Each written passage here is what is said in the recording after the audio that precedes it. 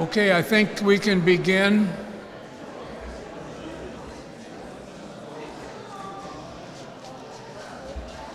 For those of us that plan events like this, happiness is a time when we have to keep bringing the chairs out because we have such a big crowd, and also because we have the honor of having President Munson with us this afternoon. My name is Roger Remington, and I'm the Vignelli Professor, and I'd like to welcome you all to the 2018 Design Conversation Lecture Series. We're very pleased to have our guest tonight, and I'm going to toss the ball to my colleague Josh Owen, who is going to introduce her.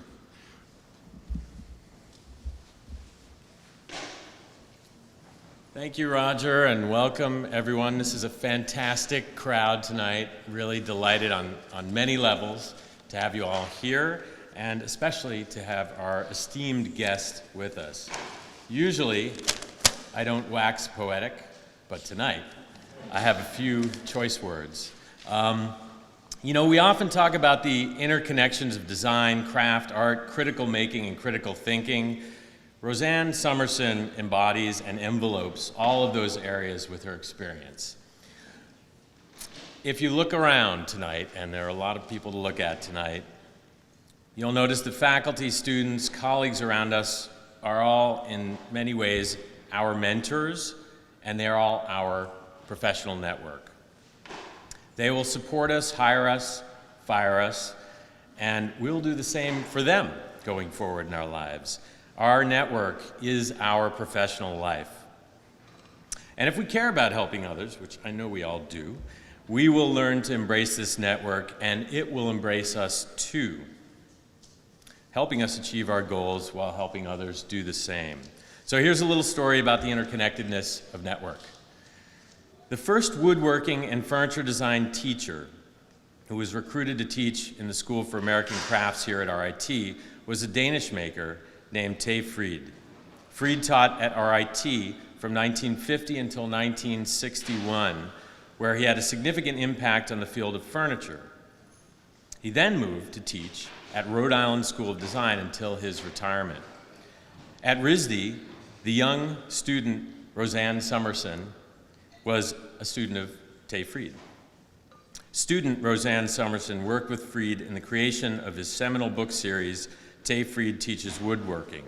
This book is still in print and widely used today by furniture makers. In 1993, Andy Buck, my colleague from the School for American Crafts here at RIT, earned his master's degree from RISD studying with Professor Rosanne Somerson. And while we did not overlap at RISD, and by no particular coincidence, Andy Buck and I both ended up here as colleagues, sharing a common connection back to a mentor. Andy and I now collaborate through the Vignelli Center for Design Studies, among other things. Both Andy and I have now known President Rosanne Somerson for more than a quarter century. It's a long time. And she has given us both support and guidance over the years, and together, Andy and I helped to bring her to speak with you today. The moral of this story is that the role of a mentor can evolve and be impactful in many ways for a very long time, and our networks are the soul of our professional lives. A designer, professor, academic leader, Rosanne Somerson has been committed to advancing art and design since she was a student at Rhode Island School of Design, or RISD, in the 1970s.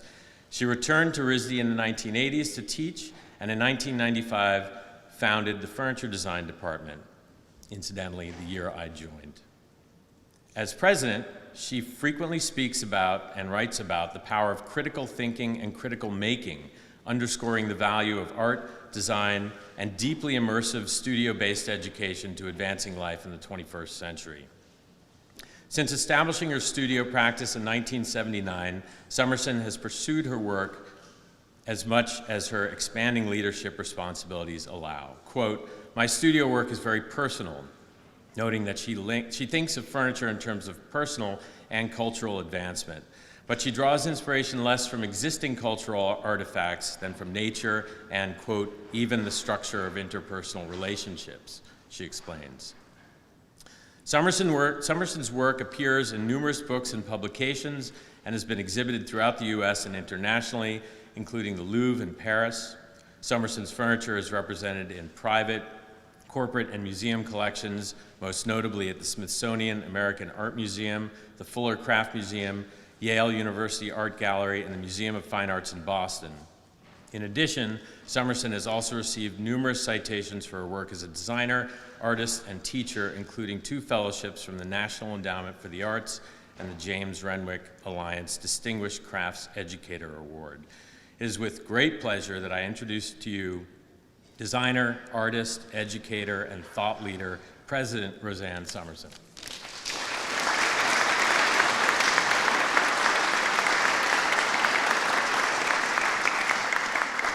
Thank you, Josh. It's such a pleasure to be here because these really are my roots in a way because of the Frid connection. And I want to thank President Munson for being here as well tonight. A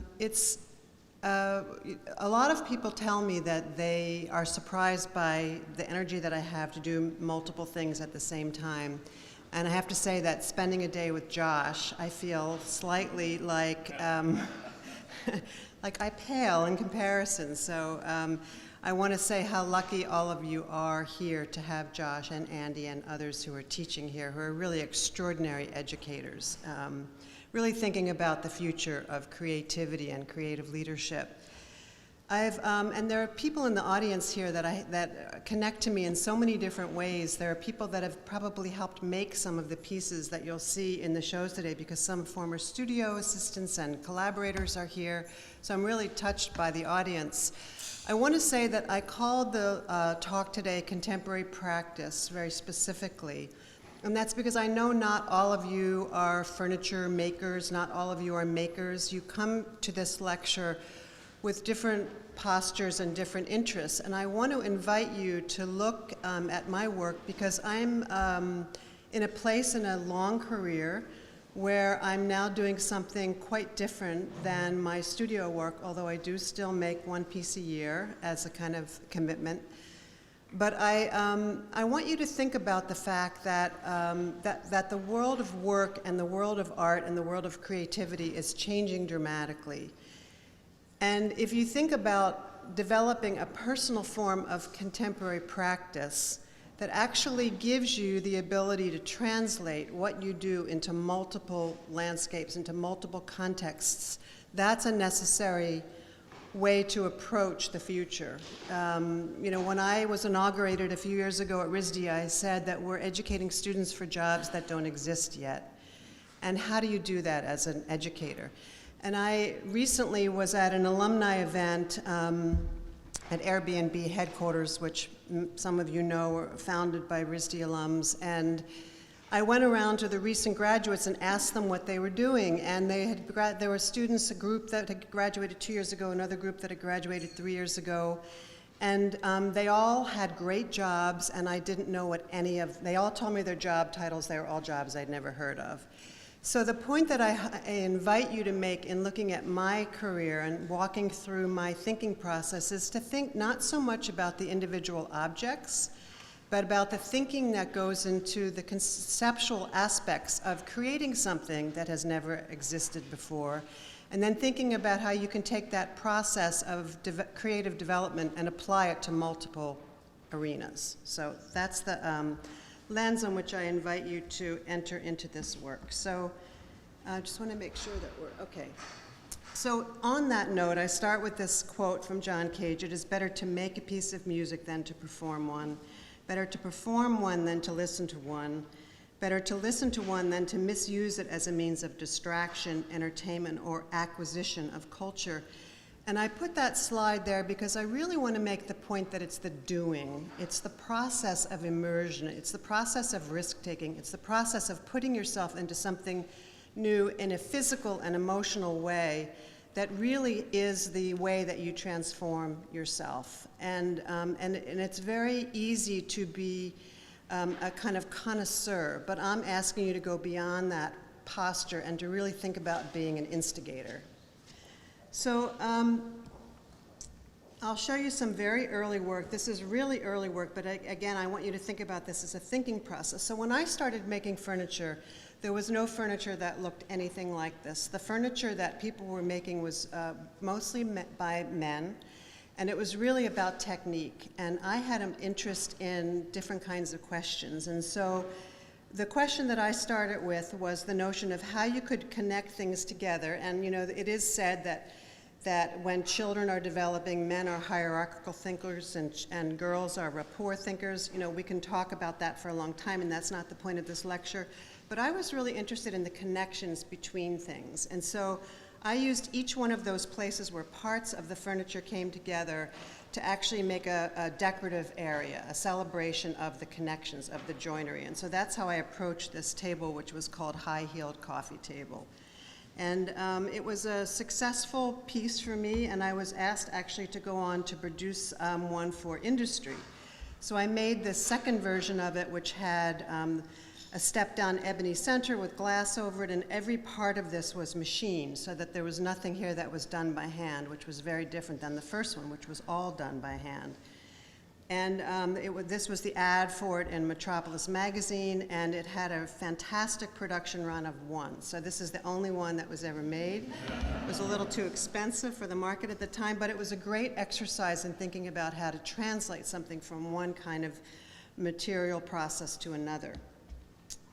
I also did a lot of pieces that, in these days, and it's hard to recognize this, but these were unfamiliar materials. This was holly and lacewood. This was the first time that I'd ever seen these woods used. And I was interested in finding materials that had really different characteristics. These are very commonly used now, but at the time, people were asking me, what are those materials? Is that plastic and leather? They just weren't familiar materials. And so for me, a lot of the interest was, again, in pulling out, you can see where the joints are. I've done sort of expanded carved decorations, but also thinking about the notion of putting new materials in so that we'd experience physical materials in different ways, and then adding in the narrative side. So this piece was called Ever Wonder How You'd Look with Bangs. And if you kind of position yourself in the right spot, you could answer that question. So there was always this implied sense of a human being interacting with these objects that was very important to me.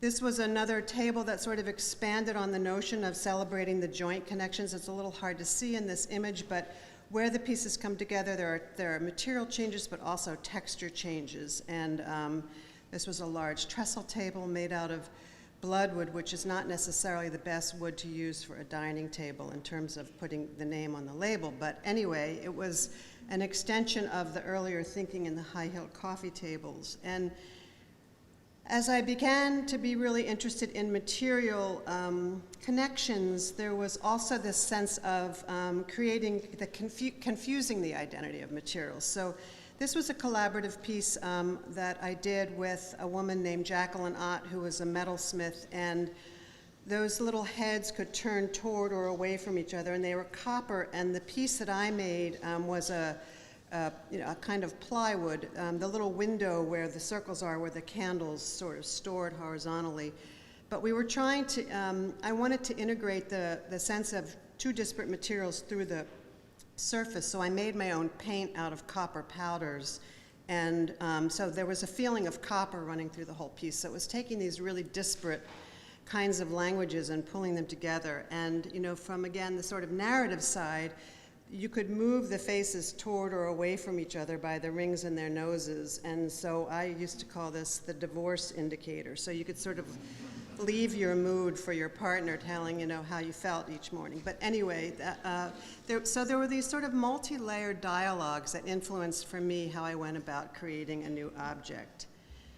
This was a series that I did in large multiples with different marbles, different woods, different finishes, and they were called Radiator Tables. They sort of came out of the love of the New England radiator shape, but abstracting it. And oftentimes these were bought by clients who had sort of double height spaces where you could see the graphic of the top and then also have a different experience when you were interacting with the piece in a closer range. And these were really loved by cat owners. Cats really love this piece. And And another iteration of that came with this piece, which was part of the show of New American Furniture at the MFA, where we were asked to work from inspiration from a piece in the collection. And I, at the time, was interested again in this sort of material confusion. So the materials themselves, other than the slate on the top, were materials that I kind of made or altered to look like the characteristics of the slate. And I also wanted to bring some light into the bottom of this very massive, heavy piece, and so I copper leafed certain parts so that they would sort of have a reflective quality.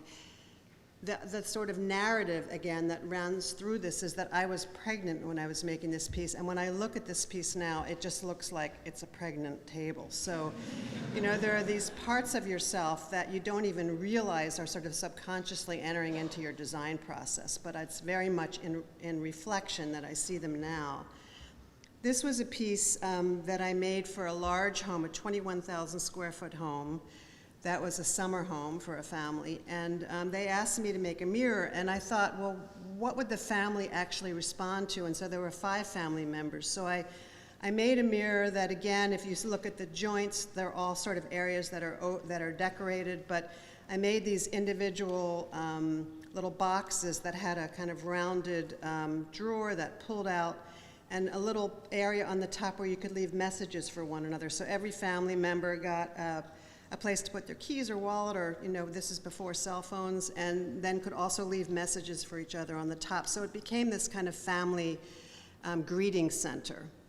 But I was interested here in thinking about taking in the whole wall of the piece, having the wall be a part of the piece, and also creating these kind of carved and leafed and multiple layered polychrome surfaces, contrasted by the stark white of bleached wood. And this was a series of, I did a number of these earring cabinets, mirrors and containers. I've done lots of things with little drawers and storage things, and if you can see that the mirror in the little cup at the bottom is only a half cup, and it's completed by its reflection in the mirror. I often thought about things that I needed and thought, if I need something, then someone else will need it as well. And I was aware of the fact that when I would go to bed at night, I'd take my earrings out, and it would be so nice to just throw them into a cup and then sort them out later. So that sort of became the impetus for this piece. And the form came to me in my sketchbook very easily. It wasn't one of those things that I struggled and strained. It just kind of popped out. And after I made it, a couple of years later, I was in the south of France, and I went to a museum that I hadn't been to since I was a young child. And I saw this piece, and I thought, oh my gosh, you know, the piece, which was the one on the left, must have been there when I was a child, and somehow it had worked its way into my subconscious, so that, in my mind anyway, it had a direct influence on that mirror. So it sort of reminded me about the importance of feeding intuition and just seeing and experiencing lots of things and developing kind of a subconscious design vocabulary.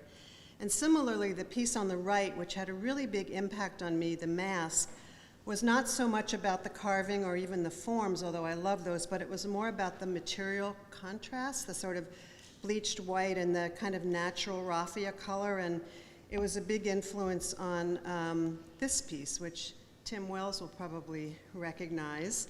And these were called collector's cabinets, and inside all of the drawers had these lots of little divisions, and the mirror on the top had little drawers that pulled out that were secret compartments. I like the idea of creating a kind of secret layered experience with each object, so that people would have sort of an intimacy with the object because they knew things about it that were not necessarily apparent at first glance. And the piece on the right was another piece in the series that had a hidden drawer and a glass shelf on the bottom, which was called Love Letter Stash. And it was a place that you could sort of hide your love letters. I still like writing letters. And so I like this notion of storage that implied a particular use or invited you to have a particular experience. And there were many of these. I'm not showing them all to you, of course, but I started to get into making my own material surfaces. So when I was using the slate earlier, it had these natural qualities that I sort of wanted to emulate. So I started inlaying mother of pearl into this kind of gesso background that I created, and then making these large pieces that again took the wall into the piece, had these little cups. They were sort of derivations of the earlier thinking, all the divided drawers inside, and then at the top, the kind of top crest was also a hidden drawer where you could store your tiara or something. But I made lots of different versions of these.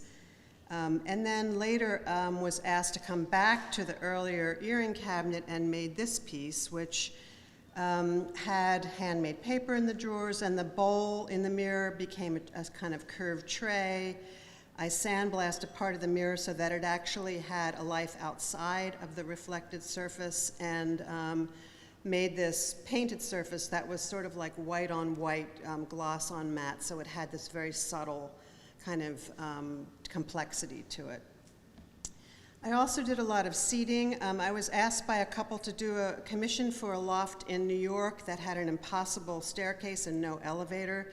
So they wanted the couch to be both the main seating in their apartment, but also a place to read. And there were a couple that the husband was quite tall and the wife was quite small. So I made this asymmetrical reading couch so that it was proportioned so that each of them lying on either the big or little pillow would fit perfectly to their back and their leg size. And I created this kind of narrative. Before I had been putting the connections in the where the joints were, but now I thought about making these kind of hollow areas where I could add the decoration so that it would sort of create its own little narrative story going around the piece. But the real thing for me, the kind of engineering piece, was that this whole piece came apart and it fit together like a puzzle. So you could take all the pieces up the stairs, and then when you got it into place, you pushed them all together and they just tightened and became a unit. So it was sort of dealing with a lot of problem solving, which I really enjoyed. And those led to a number of other versions of benches and reading couches. The little one on the bottom there is in the MFA collection, and I started to make some where I went back to having the joinery being the kind of decorative area rather than the little pieces running around the piece. But you can kind of see in the top view, there's a piece under the stretcher that holds the upholstery, and that's the part that sort of keys in the whole system so that it comes apart and is just a very simple frame with separate upholstered pieces that go in and fit together. And because I love reading, I started turning those into reading couches. This is one that has Japanese linen woven fabric, and then I made a surface of this kind of blackened oak that played off of the colors in the fabric. And eventually another version which had impossible for the woodworkers in the room, all round-shouldered, multiple tenons, which were like, carving yourself into a nightmare. And some suede and leather seats. There were a series of these. My daughter at the time, who was young, called this the Legosaurus bench, so that name kind of stuck. And from there, I went on to make some chairs there was an interior design firm at the time called Cohn, Pedersen, Fox & Conway. It later changed as Conway left, but they had the idea to put objects in their lobby instead of art and to look at objects as art. So I was commissioned to make a chair for their headquarters, and I thought about the notion of headdress, and so played off of some of the imagery from headdresses, Egyptian headdresses, and the little discs are patinated bronze that I spun and patinated in a sawdust kind of mix. And the fabric, the kind of pattern on the fabric was actually something I sewed and created, and the stretchers are made out of cast bronze. So there were lots of new techniques that I was learning to sort of showcase the materials that they used in their interiors, trying to bring that sense of quality and materiality into the work, as well as this notion of headdress, and then went on to make series of these as well. The patterns that have attracted me, you can sort of see that some of these come from art history, but they also come from nature. As Josh mentioned, I'm really affected. I like being out in wilderness areas, and this is the tessellated flats in Tasmania, Australia.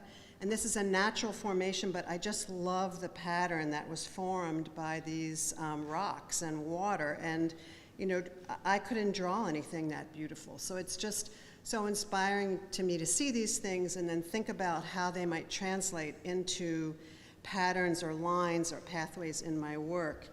And similarly, this up in Maine, these are mussels, just kind of, you know, little baby mussels in the stones, making this incredibly beautiful pattern and texture, and the contrast between the stone and the living creatures, the mussels is just, I think, quite beautiful. And also thinking about scale. Scale has a big influence on me. This is from a book that's out of print now called Below from Above. They're photographs by a guy named George Gerster.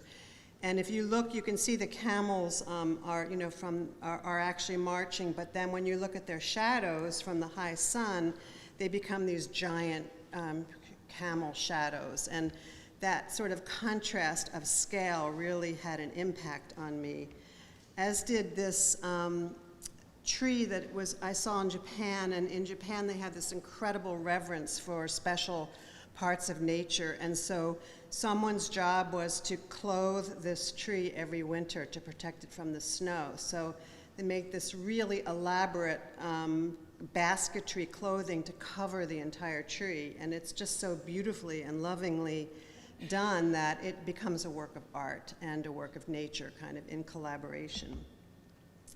It's sort of like a sweater, but it also just demonstrated an incredible kind of respect that I found truly elegant. My studio is in the oldest granite mill building in Fall River. It's called Smokestack Studios because of these big smokestacks that are there. And when I first went to look at it, it looked like this. There was Frankenstein. It was Halloween, and there's a haunted house that they rented out the first floor for. And so there's this giant Frankenstein on the roof, and then the sign that says Asylum of Horror. And then to the right is a big gym called Workout World. And I said, this is my place. It's like I'm between like the gym and the Asylum of Horror. This is definitely my studio. So we rented out 11,000 square feet of really rough space and eventually renovated it and turned it into a space where there are some principals who actually, we did the build out and run it and turned it into a place now that we rent to emerging artists. So we rent it out fully equipped, and it has a very nice wood shop, and it has a metal shop, and also a kind of gallery space and a finishing area. These are some of my pieces and some of my studio mates' pieces from a show we did a while ago. And then there are individual artist studio spaces that we rent out for very reasonable amounts, and it's a really nice environment. I'm not there very much anymore, so my studio space is actually now being used by my daughter, who's an artist. But as I said, I do commit to one piece a year, so I sort of push her out once a year. These are some other pieces that sort of play off that earlier notion of the bowl on the top of the piece. This actually, Andy, did you give me this veneer? Somebody. There was this amazing piece of wood, actually curly purple heart, that showed up in one of my students. I remember it as you, Andy, but maybe it was someone else. And they came to me and they said, I can't use this wood. I'm not doing the kind of woodworking that warrants using this really rare piece of curly purple heart. So they sold it to me, and I cut it up into like lots of little thin pieces and made this basket weave shape of this thing. But anyway, I've always thought it was you, so thank you, Andy, for giving me this wood. But I was interested in this kind of dialogue between a storage area and a bowl or a vessel based on the earlier mirrors. And this piece had some tricky things with the hardware. All of the hardware was custom made so that when you open the diamonds and the purple handle, they both push the door open, and then when you close it, it locks it. So there was some fun kind of engineering things in this as well. Those bowls were on tops of pieces, went into many different scales. This was from a group show at a gallery called Pridimanimes, where a number of artists went together and bought this lot of Macassar ebony that was coming over on this ship called the Edna, and we all went in together on the wood, and there was a show called something like, I don't remember, something about the Edna, and so I made this little non-functional bowl piece out of the ebony, and it was a kind of interesting diversion for me to think about something that was sort of almost pure sculpture, but you know, I mean, you could use it, but it was not about that. It was more about just these kind of form relationships, and that translated into a much larger piece, which has a kind of long story, which I won't go into, but this is a giant piece of carved mahogany, or several pieces put together that are finished in graphite, and the strip in the middle is that inlaid mother of pearl thing that I developed, and then the bowl on the top was actually carved and polychrome with lots of different complexity to the surface, and had sort of an iridescent quality that ran around the piece. But this was quite large. It was, this is actually in my old studio with trying to figure out the curve on the top of the piece partway through the construction. And at the time, my studio was in Westport, Massachusetts, which is on the ocean. I still have a home there. But I was really affected by the boat forms that I saw. This is a really amazing boat. It's a 59-foot motor yacht built in 1919. It has Tiffany sconces inside, and it, if you look, you can see it has kind of bent wood guardrails. It's actually, this picture was last week. I just saw this in the water last week. I was like totally amazed. It's a double ender for those of you that are into boats. But I, you know, really affected by the forms of the boats in the area, and they started to dictate other kinds of language to me.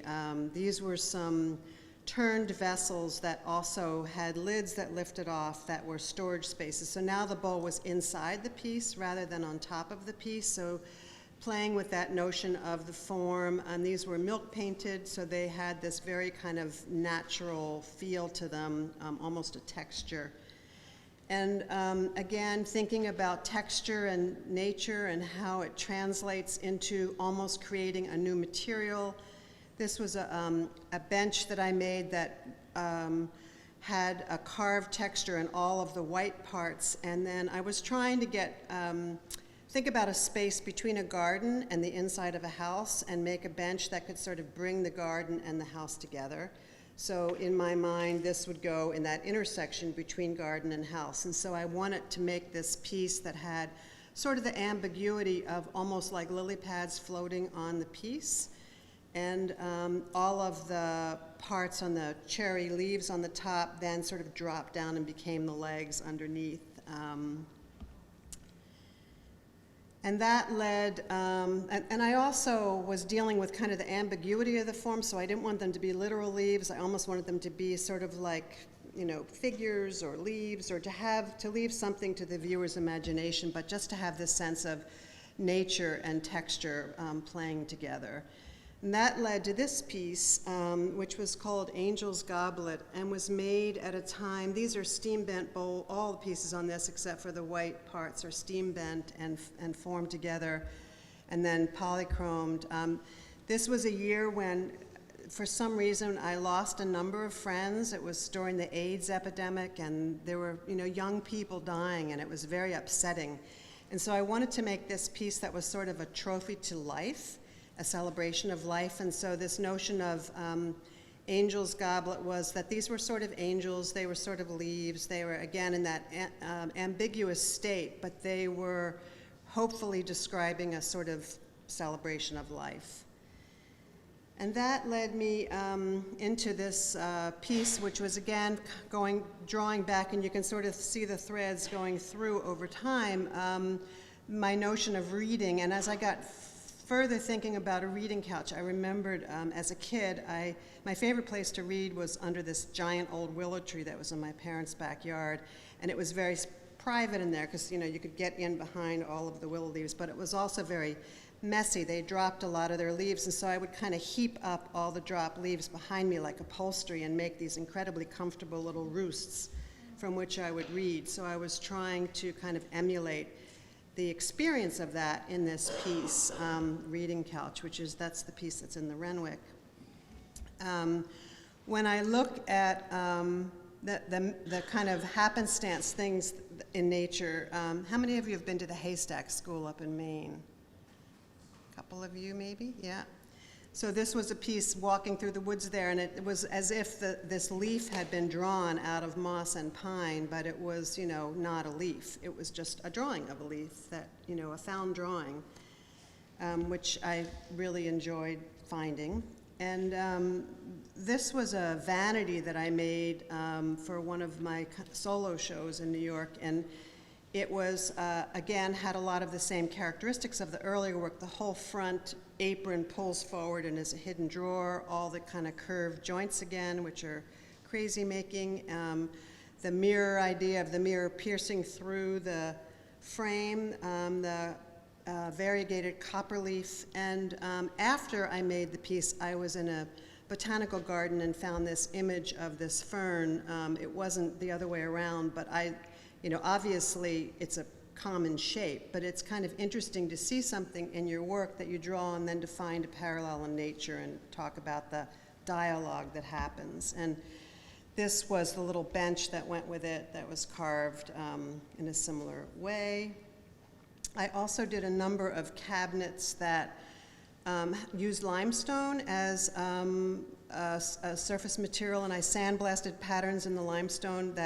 This is the pattern in the facade of this limestone. Actually, is heavier at the bottom and then lighter as it goes to the top, and so it was called Ascent Descent. And it was sort of like a piece about, is your cup half full or half empty? It was about sort of optimism and pessimism.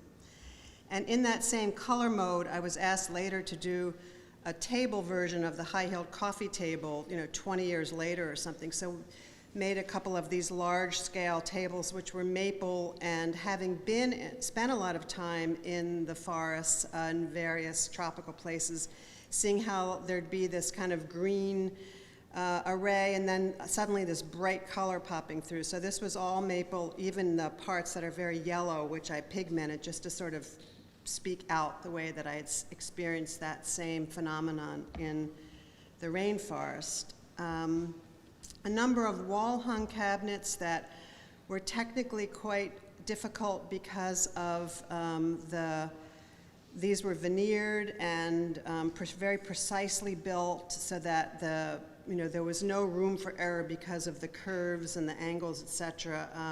But anyway, this is pearwood and lacewood, and another one that again took the whole wall called Lucky 7 sideboard. And I realized that a lot of us had assumptions about how furniture lives in our environments, and that in my experience in the dining room, it was a very emotional place because people don't really use their dining rooms except when family comes together. And in my experience, there were, often emotions when my family got together, and sometimes they were tears of joy, sometimes they were tears of other kinds. So I wanted the piece to kind of capture that sense of the emotive nature of, family being together in a dining room. So this had lots of drawers for storage, and then a buffet area for setting out food, etc. So moving in a slightly different direction, I wanted you to look at this Caddisfly Larva, which is caddisfly create a larva where they create cases for themselves, protective cases, and they use their natural instinct and their natural environment is to use sticks and little stones. And so there's an artist named Hubert Duprat who supplied them instead with gold leaf and precious stones, and this is what they created. So let's see if I can is that playing? Yeah. So instead of what they naturally used, he gave them these other materials, and they built these elaborate cases out of precious jewels and stones.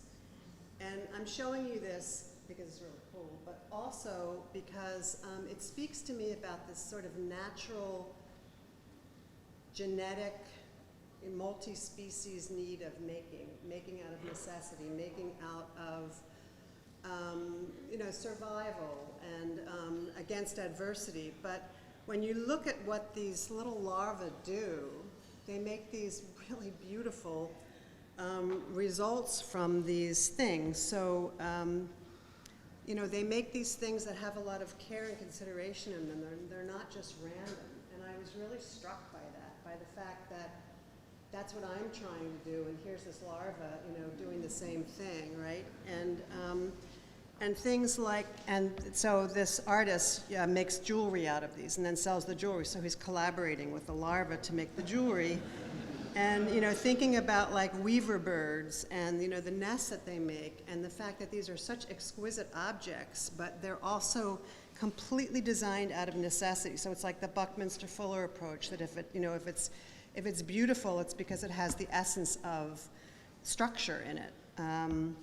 But I mean, look at these things. They're, this is like, Andy, it's like your piece in the gallery over there, right? It's like an upside down version. But anyway, this stuff really gets me excited about thinking about the connectedness of making and the connectedness of materials and the precision and also the intentionality of the way that we use materials and make decisions. I did a number of pieces that were based on sea forms, living by the ocean, and some production tables that I did called anemone tables. And then another version, which actually I made this acrylic that was a solid leg that had an asymmetrical shape. So depending on how you turn them, you'd get a different edge on the piece, and was able to make these in multiples very easily. And a similar kind of form language, these are very large-scale mirrors where I sandblasted and back-painted patterns into the mirror and tried to do this combination of the material that I would make out of the wood and the surfaces along with natural woods. And the inspiration shot there is also from that book, Below from Above, but it's a view of tomatoes rotting in a tomato farm in California. So the green are the older tomatoes and the red are the ripe ones. But just that sense of gradation and pattern I thought was really beautiful and reminded me of the color palette I was using in this piece. And similarly in this other mirror, the picture here is of a farmer that had a tree in the middle of his farm, and so he did this really elaborate plow pattern to leave the tree in the center of his pasture, and it reminded me somehow of this shape of this mirror. These mirrors have very heavily worked surfaces that have lots of, like the earlier piece, lots of copper in them and multi-layers of glazes, etc., sort of like lacquer, traditional lacquer, but in a more matte setting. And this was, again, a very large mirror for a corporate space that actually took the wall into the piece, again, like the earlier pieces. So the frame was outside the frame and separated so that whatever was behind it sort of became pulled into the piece. For those of you who are in school here, I really urge you to make friends with your sketchbook, and I urge you to keep a sketchbook, not just to draw on the computer, because there's something about the physical nature of drawing that embodies certain forms and ideas in your mind in ways that computers don't. Computers are wonderful, and I love drawing on them, but there's something also about the physical nature of making that I think translates. And when I was a sophomore at RISD 150 years ago, I found this book of these textile family kind of crests for each textile company, the little picture on top. And I drew the shapes in my sketchbook and didn't know what they were, how to deal with them. And then years later, I looked at those sketchbooks again and knew how to use them and made these side tables using the image of the drawings that I had made, 20 years earlier. And that led to a whole series of tables that were these kind of paired tables they were quite large, and I always felt like at night when, the lights went out, they sort of were creeping around the room together, but they had that quality. But they were sort of tables, partnered, paired tables, with some piercing in them so that you could see through from one to the other and also to the floor. This was a large chest of drawers that played off of some of the stuff in the earlier jewelry boxes where there were divided spaces inside the drawers. This is called chest of drawer with wrap, and Tim is familiar with this piece as well. And the wood is all the same wood. It's all wenge, but it was bleached and varnished to look like tortoiseshell in the lighter version, and then left dark in the darker version. And Tim and I worked together on this, and we made all the hardware and all the different parts of it. So it was a pretty elaborate piece, but one that still resonates. A lot of what I was working on at the time was just giving the furniture a kind of stance that gave it a character that would create this kind of intimacy that I was talking about earlier. This is a large bed. It was called X Marks the Spot, and it's a queen-size bed that has this kind of X pattern that came out of some of the earlier benches that you saw. And this was an image of it in one of the solo shows in New York with one of the sideboards hanging on the wall. And some other pieces that became quite personal.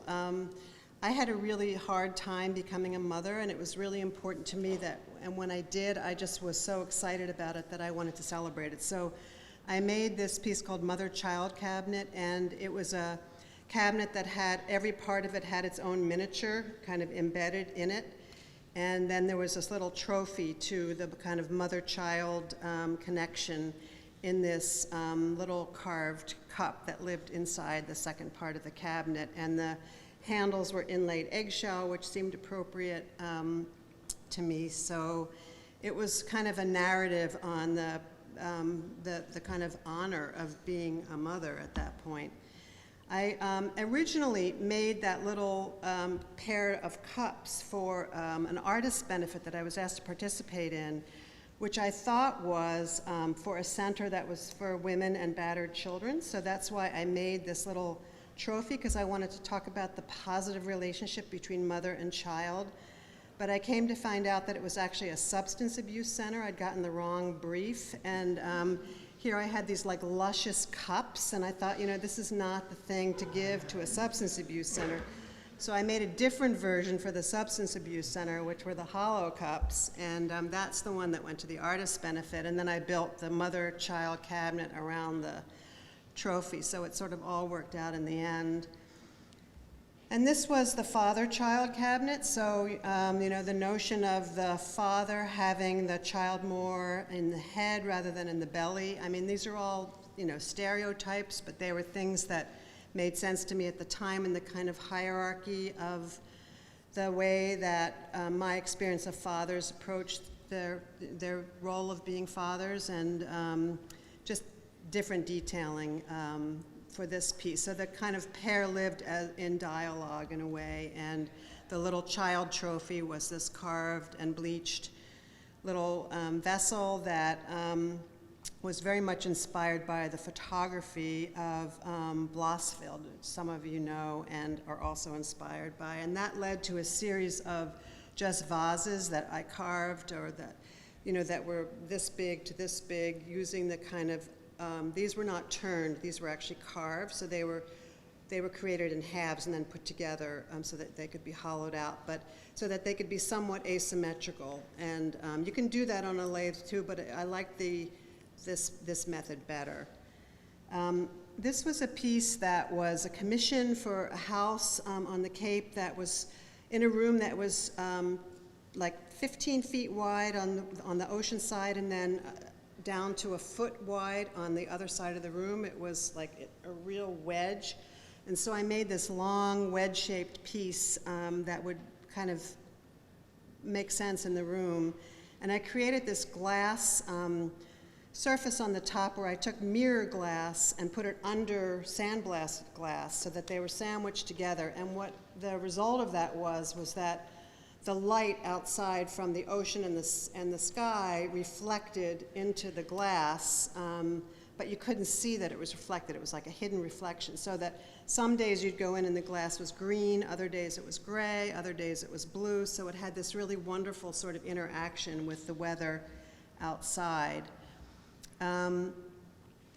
And these are just some, I was commissioned to do a desk for a lawyer, but she also liked to do jigsaw puzzles, and the jigsaw puzzle size that she created was a very awkward proportion, so I kind of separated out a part of the desk so that, and this, I made 2 of these in reverse wood so that at the back it would still be a place where you could put the flat puzzle, but it made a nicer proportion.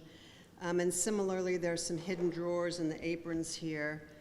I also had the opportunity to do a large memorial bench for my former gallery owner, and so these were just some sketches and then a maquette that I made out of foam, and then eventually, 50 tons of granite later, the piece in the site. It was actually right next to Robert De Niro's father, and so when I went to see the site, there was like this 20-foot bench that said De Niro the whole way down, and so I was trying to make something that would be kind of a nice neighbor to that. And this was the only real collaborative piece that I did since the one with Jacqueline. This was actually done with Alphonse Mattia, who I used to be married to, and we had this commission to do this project together. And so I found this amazing tile in Venice, and I was really excited. All this is, it's all glass, all the tile. And I did all the mosaics on this, and he worked on a lot of the case, well, we both worked on the case parts, I guess, but I loved the idea that the mosaic was like traveling by gondola down the canal to get to us. But anyway, this piece had also in the bottom some hidden drawer areas, and you know, there were some surprises built into the different parts of it. And Tim, did you work on this one too? No? Okay.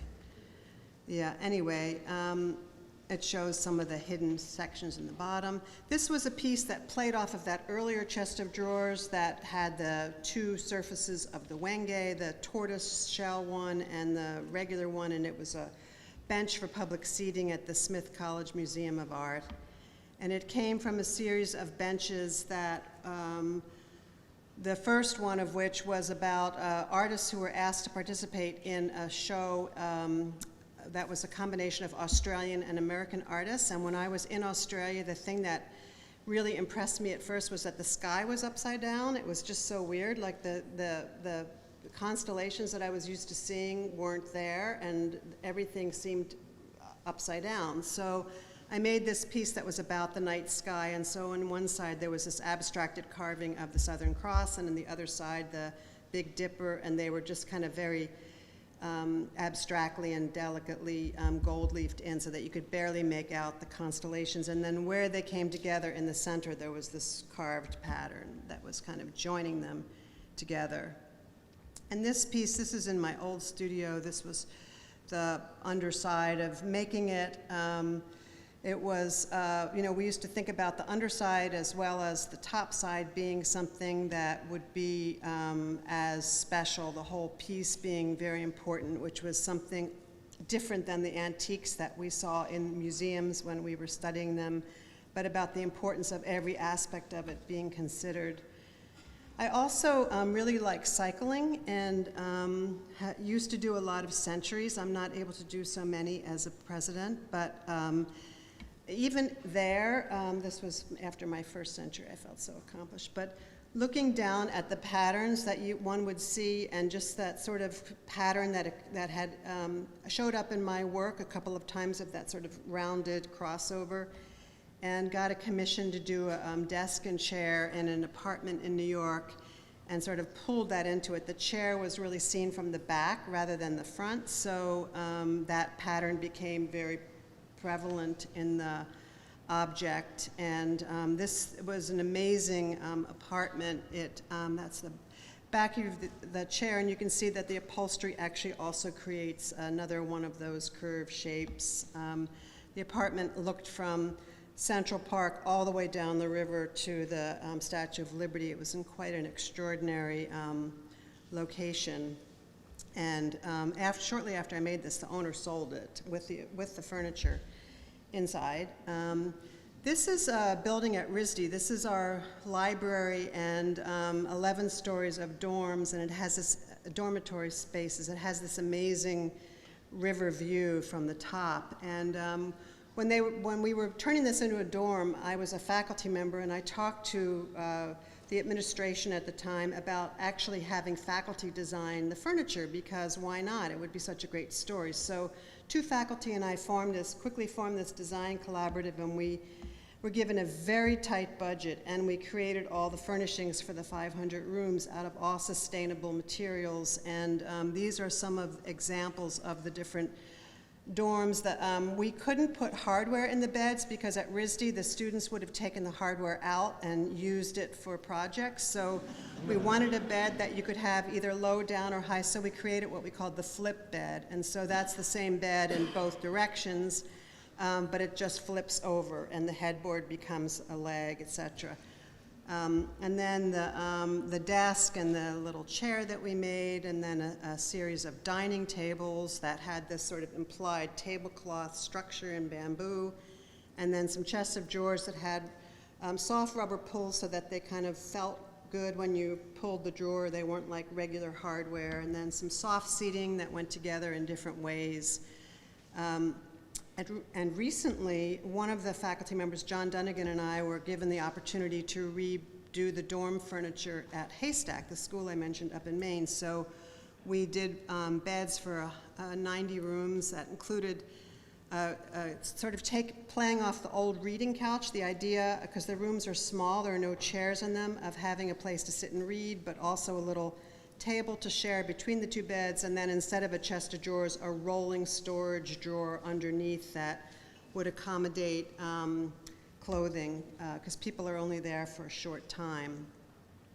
This was really fun, and it was also another experience of dealing with a really tight budget and sustainable materials. And I like the notion of working at the high end and then working at a really economically constrained end, because it uses different kinds of design challenges, and I really like the mix. In fact, I'm sort of doing more of this work now than the other work. But part of what this is about is really taking a career of ideas and editing them down into something that's really clear and really simple. And so there are a number of tables that take some of the earlier carving and ideas and stretcher systems and just make them really simple and much more affordable for larger audiences of people, and that's been really fun.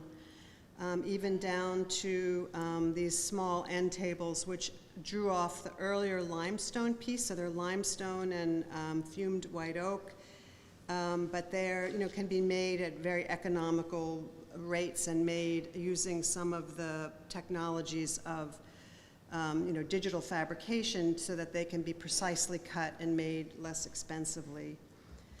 When I started going into administration, I found, this is before I was president actually, when I was in another role, found that some of my most successful drawing moments were during meetings. So I kept all my meeting agendas, because I was not thinking about making work, I was thinking about the meeting, and so these very interesting subconscious designs from my subconscious would come out, and I've saved those notebooks because some of those have turned into really interesting kinds of new language. And I love the notion of language coming in various ways. So like as the brain can sort of adapt to reading by feeling knots, these quipos are actually stories that are read by reading the knots, almost like a kind of braille, but another form of knot making that is a language.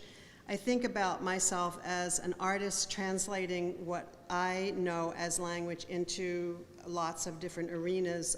I feel really like I've had a great opportunity and a great career as a studio artist, and now it's my interest in creating the conditions for the next generation of creative leaders in whatever forms that takes. So it's about this translation, which is really interesting to me. And in the last couple of years, the pieces that I've made have been very personal. I've been just doing drawings as furniture, so there are some pieces here that these are actually wrapped in thread, kind of like the quipos, and then layered and sanded through so that they become this kind of almost like a print, but it's actually all constructed out of thread and paint and various versions of them in different color spectrums. And then most recently, I started making some pieces that were a tribute to a friend of mine who passed away recently, who was in her 90s. She was an amazing woman and had a big influence on me, and she had a collection of over 10,000 buttons. And I really love buttons. And so I started making pieces that used she would let me choose 3 buttons every time I visited her, no more. And once I saw a card that had 12, and I said, oh, I'd love to make these into a clock. And she was like, you can have 3. And I didn't want to separate the buttons. So over time, I collected some buttons from her and then turned these into little drawer pulls of various sorts. And again, went back to some of the earlier ideas, but bringing them into a much more edited form, but using some of the special materials that I had acquired over the years and made these jewelry boxes. This one's pearwood and sycamore, and the leather in the little drawer that's green is a beautiful leather that I got years ago in Paris and didn't know what to do with. And in the bottom of this, if you pull out the bottom drawer, there's another hidden drawer behind it that you can only see when you take the drawer out. So you can see the little leather drawer wraps around the side, and there's the hidden drawer behind the main drawer on the bottom. And then recently was in a show in China and made the kind of dark sister to the first one, which was that same Macassar ebony that you saw a while ago with different buttons. This time I left them looking more like buttons, and then used a white leather which wrapped around. You can see how the kind of wrap drawer cuts into the case, but these were really fun little sort of precious pieces. The bottoms of these drawers were leather rather than paper. But this is about the scale of what I can do in a year in my current role, but it's important to me to still be able to do this, so it just shows you variations of the different drawers and bowls, etc. I've also been working on a lot of other kinds of projects, writing. I did a number of essays in this publication, 1,000 Classic Designs or something. I'm sure you all know this in your library, but I had really a lot of fun writing about other designers, and then eventually The Art of Critical Making, which was trying to talk about RISD's form of creative practice, and some other kinds of writing that I'm working on currently. But it's interesting to me to think about our assumptions, about how we think, about how we think we make, and then how things actually get used. And like matching the kind of reality between those two as designers or as creative people. And thinking about the future, because for all of you students, you don't want to do what I've done, you want to do what you're going to do. And this quote by Peter Drucker, trying to predict the future is like trying to drive down a country road at night with no lights while looking out the back window. The best way to predict the future is to create it. So I'm going to end my lecture with a couple of questions that I want you to think about as you think about how you're going to create the future. And the first question is, how does the human change when technologies allow us to see into worlds that we had no access to previously?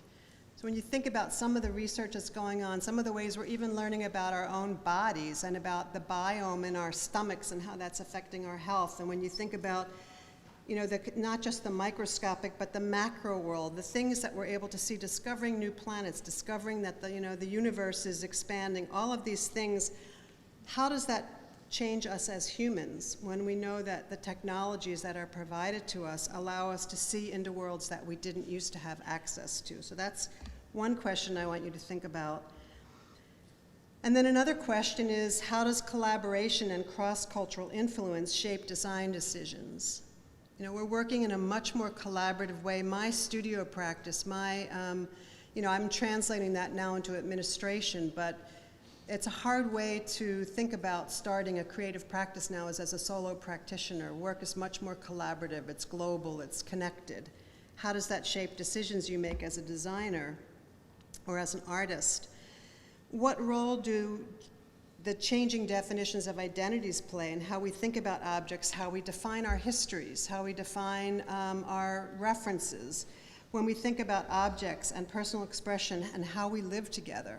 These are all different gender identity symbols.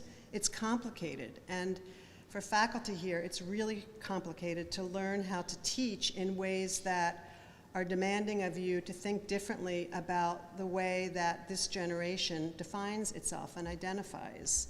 How do we think about that as we create objects and environments and systems for the future?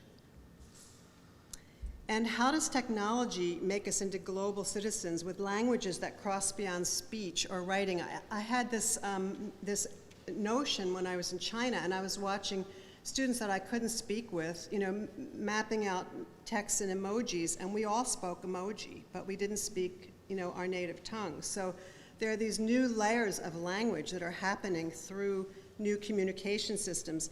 And how do we look at ourselves as global citizens beyond the kind of speech or writing or language that we're accustomed to as using as our tools for communication? And how will we make things in the future?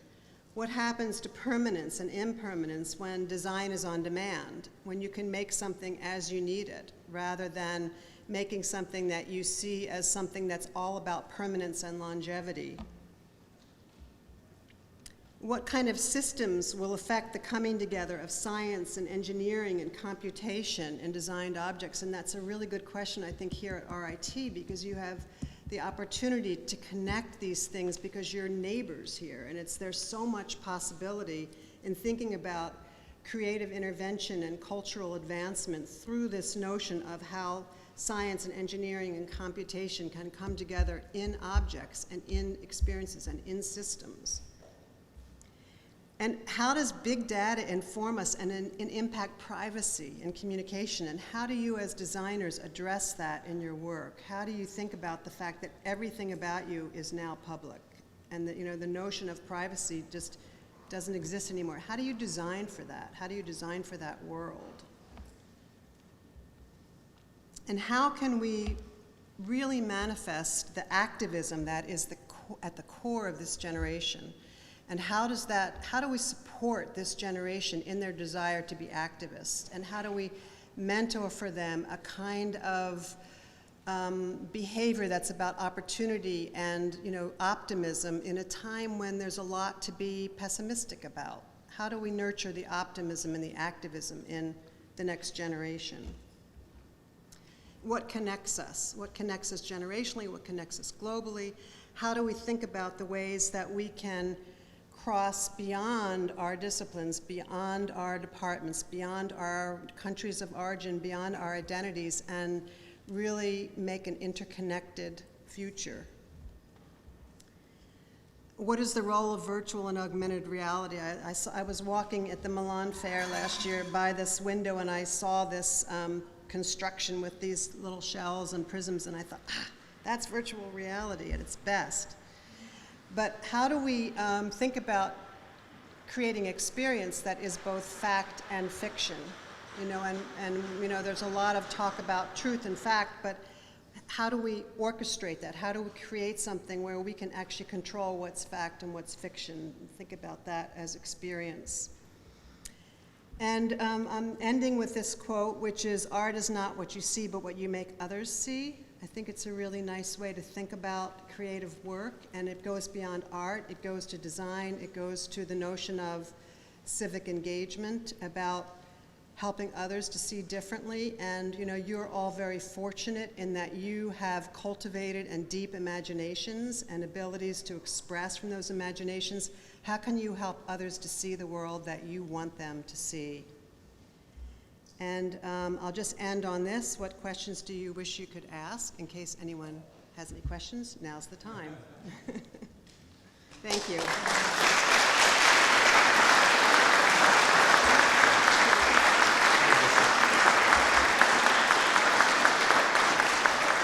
So we have time, I guess, for a couple of questions? Yeah, absolutely.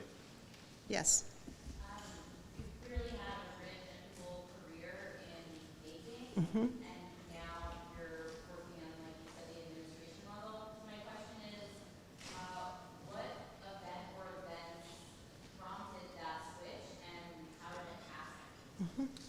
So it wasn't anything that I planned for. I was kind of pulled into administration, and I felt higher ed is really challenging right now, and it's sort of like, people used to say, use an expression about something And they would say, well, it's not rocket science, right? And I was always saying, well, why did the rocket scientists get all the credit for being the smart ones? So I used to always say, well, it's not furniture design.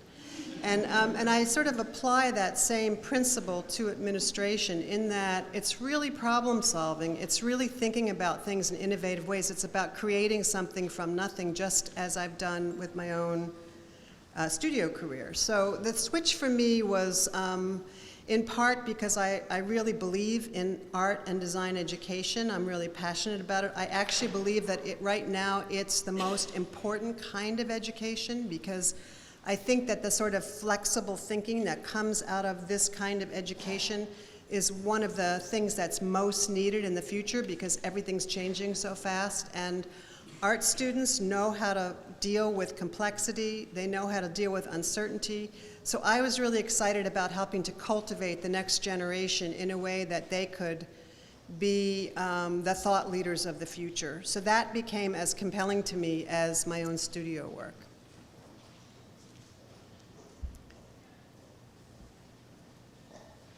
Any other questions? I think you already asked the hard questions today. Yeah. Any answers to my questions? Any other questions?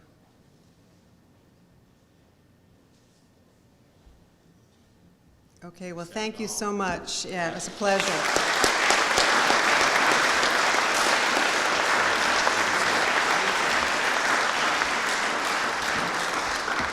Thank you, and I want to invite everyone to head out to the faculty exhibition opening that's happening in the Bevier around the corner. Thanks everyone for coming tonight.